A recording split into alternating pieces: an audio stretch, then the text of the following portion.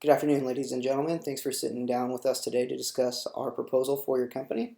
With me today are the three other founding partners of our consulting firm and senior-most consultants with nearly 50 years of combined experience. I have Mr. Zhongtao Yang, who will provide us with some background and define our focus for today, Ms. Olivia Norfleet, who will present our solutions, myself, who will present potential concerns that we had when developing our solutions, and Mr. Ian Wren, who will summarize our findings and provide scientific support that our solutions are based on.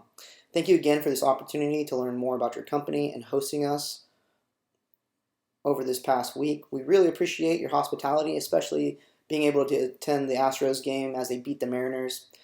During that time, we really felt it was a unique opportunity to get to know the executive team on a more personal basis. With that, Mr. Zheng Tao, take it away. Everyone, good afternoon, everyone. And I'd like to introduce about the background of your company, which is based on our investigations.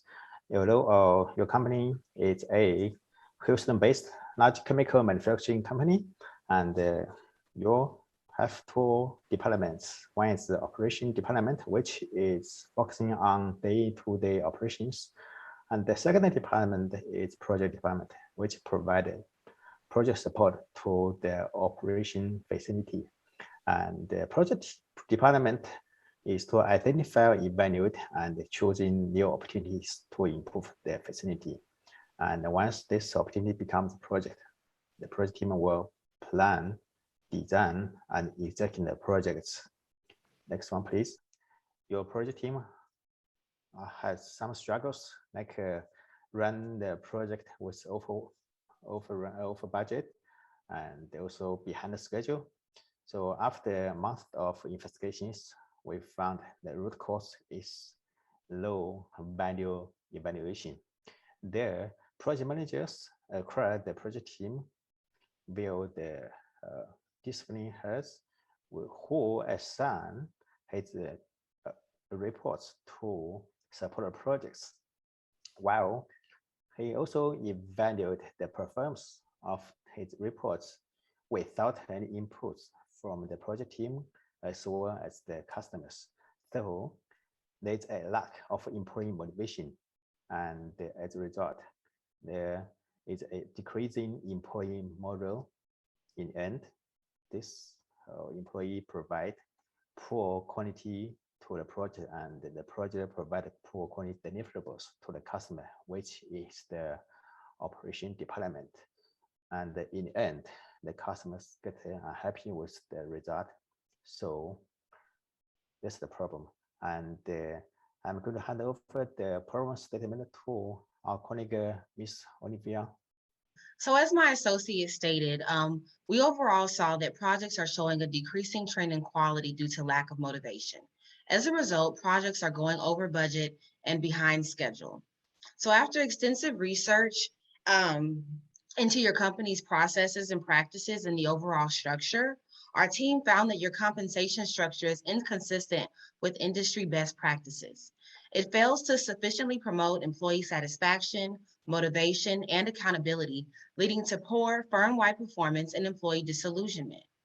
Our proposed new compensation plan is founded on three key objectives: increasing clarity of expectations and accountability, improving the feedback loop for employee performance, and integration of performance-based pay. This plan comprises of a base salary, a performance bonus, a participation bonus, and evaluations coming from the customer, peers, and management. Our proposal is a clearly defined system. While base salaries remain, performance bonuses rely on evaluations. These evaluations are more detailed, clearly weighted, and more comprehensive than your current axes of evaluation. The increased frequency of these evaluations, coupled with the increased scope of the evaluations coming from different teams, is intended to strengthen your overall feedback loop. Now, when developing our solutions, we considered several concerns of ours, our primary concern being this idea of evaluation politics, based around concepts like reciprocity, liking, and anchoring. Reciprocity referring to an exchange of favors. I'll give you a good eval if you give me a good eval. Liking, simply, I like you, therefore I'll give you a good eval.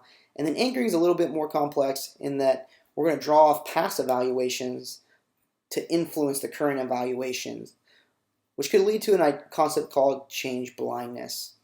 Change blindness would just be referring to the fact that an employee could take the feedback received from evaluations, make the necessary improvements, yet those improvements could be overlooked based off past performance. So to combat all these issues, we came up with that third-party evaluation, giving a more comprehensive look at an employee. The final concern we had is this idea of withholding information, unique information that could benefit the entire team. And then the way we combated that was the frequency, the quarterly evaluations. Next up is Mr. Ian Wren. Thank you, Josh. My name is Ian Wren. I'm a senior partner here at the consultancy. We think that the problem that your company faces is solvable, but it needs to be understood in terms of the core psychological concepts. So one of the first things we want to talk about is extrinsic and intrinsic motivation. When we say extrinsic motivation, one of the most salient sort of motivators that we know of or that we have at our disposal is the almighty dollar. But we think that it can be wielded a little bit more effectively to sort of influence and incent individual behavior that's more aligned with the organization's goals as a whole. And we think that evaluating performance through the lenses of supervisors, peers, and ultimately, customers who are the benefactors of these projects, that'll help do that. But we don't want to neglect intrinsic motivation as well. One of the things that we like about the company as is that it affords the employees a high degree of mastery. We think that, in fact, improving the feedback process will improve their ability to attain that mastery and retain autonomy, both of which are crucial to being intrinsically motivated employees. Hit the next slide. And finally, we think it's important to sort of understand and frame this problem in terms of both expectancy and equity theory. We think that clarifying expectations and then also clarifying and amplifying the relationship between performance and compensation will improve results when viewed in terms of expectancy theory. And then when we talk about equity theory, we're talking about people's sort of perceived inputs and outputs. And when we say inputs and outputs, we're talking about maybe their work effort and then their compensation for their effort, and how those ratios compare from individual to individual. So again, clarifying the way that people are compensated will help reduce some of those interpersonal tensions and make the teams function more smoothly. So thank you, Ian, for that insight. Here are some testimonials from past clients. Thank you.